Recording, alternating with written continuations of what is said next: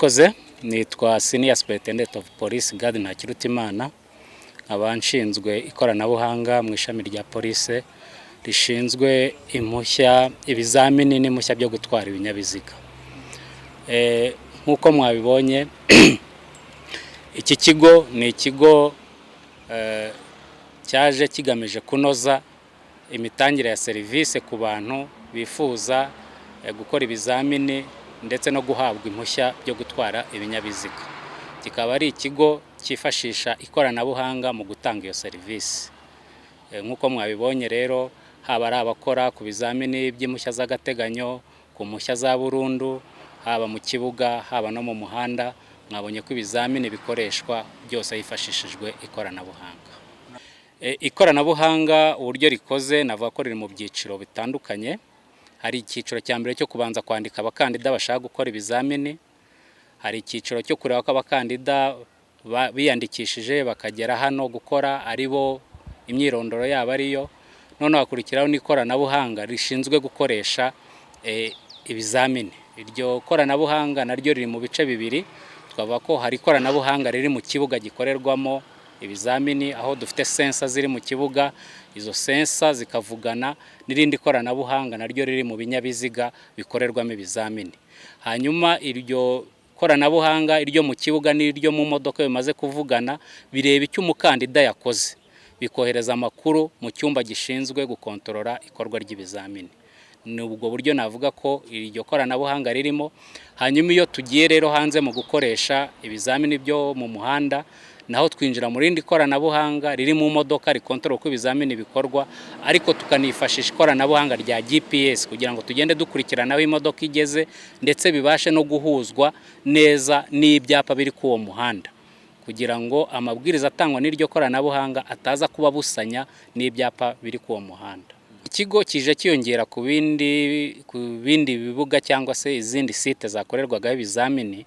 Icyambere kije kwihutisha serivisi nkuko mwabibonye, kuko umuntu uzajya uza gukora ikizamini hano nta mwanya munini azajya ari butakaze hano. Nkuko mwabibonye mu isaha imwe umuntu ashobora kuba yarangije gukora ikizamini yasohotse yasubiye muri gahunda ze. Bimwe no kwihutisha serivisi ku batugana, ikindi kandi no kubaha serivisi ziciye mu mucyo, ku buryo buri wese areba ibyo yakoze, ibyo ahaniwe akaba byibonera, adatekereza ko ari undi muntu waba wabigiyemo cyangwa wamubangamiye. Ni ikoranabuhanga rero rizihutisha serivisi dutanga. Nkuko mwabibonye uburyo iri koranabuhanga rikora, mwabonye ko nta mupolisi uhura n'ukora ikizamini. Ukora ikizamini ahura n'umupolisi gusa amubaza uko ari butangire ibisobanuro by'ibanze. Hanyuma ikoreshwa ry'ikizamini ni system cyangwa n'iryo koranabuhanga ribikora, ku buryo ntekereza ko abibwiraga ko cyangwa se avuga ko hari uburyo police hari abibera cyangwa abandi ntibabere nkuko washaka kubivuga. Iri koranabuhanga riri mu byo rigiye gukemura, ku buryo abo bantu izo mpungenge bari bafite zizajya zirangirira ku iri koranabuhanga. Nibyo dushaka kumva tuvuga ikoranabuhanga wenda kumva ko ari ibintu bikomeye cyangwa se ari ibisabwa wa mukandida uje gukora. Mu by'ukuri umukandida uje gukora ibyo asabwa no gutwara imodoka uko yabyize. Ikoranabuhanga tuvuga ni iryo ryivuganira gusa, ntaho risaba umukandida kugira ikindi kintu akora mu ubwo buryo bw'ikoranabuhanga. Icyo umukandida asabwa ni ukuba yariyandikishije, kandi basanzwe babikora ku irembo, akaza ku munsi n'isaha yahawe, yagera hano abindi byose baramufasha. Abakozi bakorera muri iki kigo bakamuyobora, bakamwereka ibyo asabwa gukora, hanyuma akajya mu kizamini agatangira ikizamini. Bavuga ko ni igisanzwe ko ni ikizamini cyo kureba uko abantu batwara imodoka, imyitwarire y'abatwara imodoka n'uburyo bubahiriza amategeko yo mu muhanda. Icyo nicyo twaheraho tuvuga ko ni ikizamini gisanzwe. Aho bitandukaniye wenda ni uburyo gikorwamo, aho abantu baramenyera gukora wenda ibice bine. Ahangaha nkuko twabibonye ni ibice birenze bine ariko bigenda bikurikirana, arangiza kimwe ajya mu kindi ajya mu kindi, ariko ari ikizamini kimwe n'ubundi arimo gukora. Navuga ko rero ntabwo ari ibindi bizamini bishyashya, ibyo tureba n'ubundi n'ubushobozi bw'umuntu ugiye gutwara ikinyabiziga mu muhanda. Ibyo bice nk'uko bivuga ni ibice biri mu kibuga. Twavuga ko hari umurongo batangiraho ikizamini, ikizamini kigeraho gitangirira naho kirangirira. Iyo rero atangiye ku murongo batangiraho ikizamini, yubahiriza ibisabwa, azaba yabyigishijwe ndetse yanabisobanuriwe. Iyo avuyeho akurikiza kujya guhagarara ku buhaname, ibyo abantu bamenyereye kwita nka demarage. Iyo arangije aho ngaho afite uburyo ahagarara, agomba guhagarara amasegonda 3 ariko ntarenze amasegonda 9, akirinda ko ikinyabiziga kimusubirana inyuma. Ibyo byose ni uko basanzwe bahagarara ku buhaname n'ubundi basanzwe babikora. Hanyuma iyo arangije aho ngaho ajya kunyura mu nzira aho bahunga inzitizi. Mu guhunga inzitizi ni uburyo bumwe n'ubundi busanzwe bukoreshwa, mujya mubibona rimwe na rimwe, ugasanga hari impamvu yatumye umuhanda bawufungwa igisate kimwe bagakoresha ikindi, wagera imbere ugasanga cya kindi bari bafungiye bagifunze bagushubije mu cyo haruguru. Ibyo nabyo tuba dushaka kureba ko umuntu utwaye ikinyabiziga nagera aho ahura n'igihe nk'icyo ngicyo na situation nk'iyo ngiyo ko azabasha kubyitwaramo. Iyo avuye aho ngaho rero akurikizaho ikizamini cyo kunyura mu masangano y'umuhanda aho banyura bazunguruka, ibyo dukunze kwita rompuwe, akayinyuramo akerekana aho asohokeye, kuko abantu benshi mu muhanda mwese murabibona, mukunda kubibona ko tugera muri rompuwe twese tukabyiganiramo, ugasanga umuntu yinjiye muri rompuwe ntiyerekanye aho ashaka gusohokera. Aho umuntu anyura tuba tuhazi, ahubwo icyo tuba dukeneye ku muntu winjiye muri rompuwe naho ari busohokere, kugira ngo wowe umukurikiye umenye nawe niba uri umujyi inyuma cyangwa niba umujye ku ruhande bitewe naho ushaka gusohokera. Nkuko mwabibonye rero muri rompuwe harimo inzira 3 umuntu ashaka gusohokeramo, mushobora kuba mwinjiriyemo mwese mutari busohokera ahantu hamwe. Bisaba ko werekana aho uri busohokere, bigafasha ukuri inyuma kugira ngo nawe amenye igihanda ari bufate.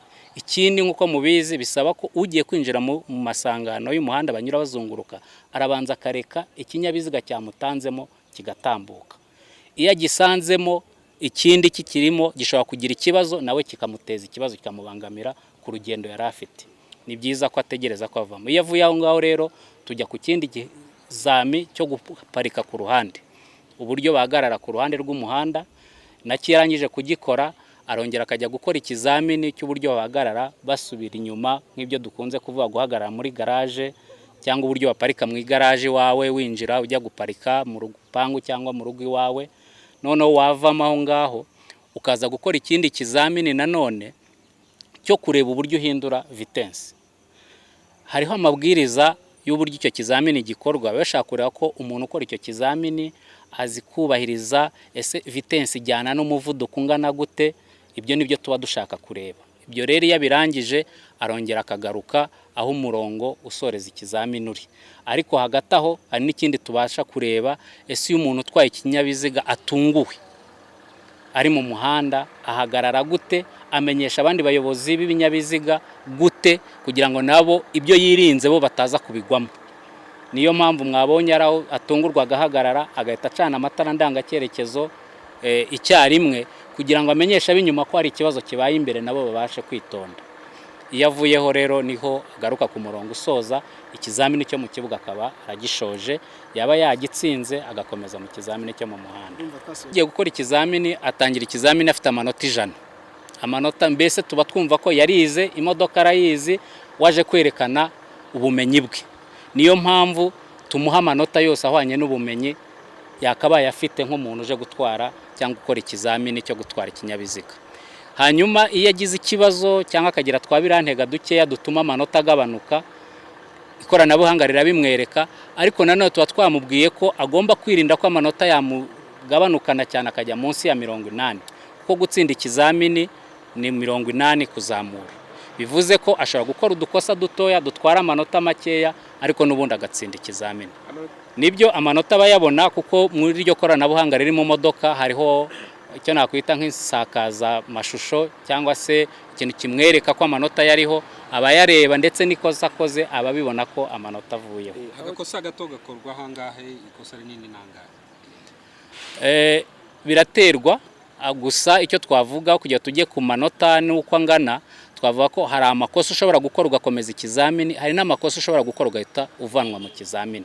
Aho kugira ngo tutajya muri details z'amanota yose, numva twabi summarizinga mw'ubwo buryo.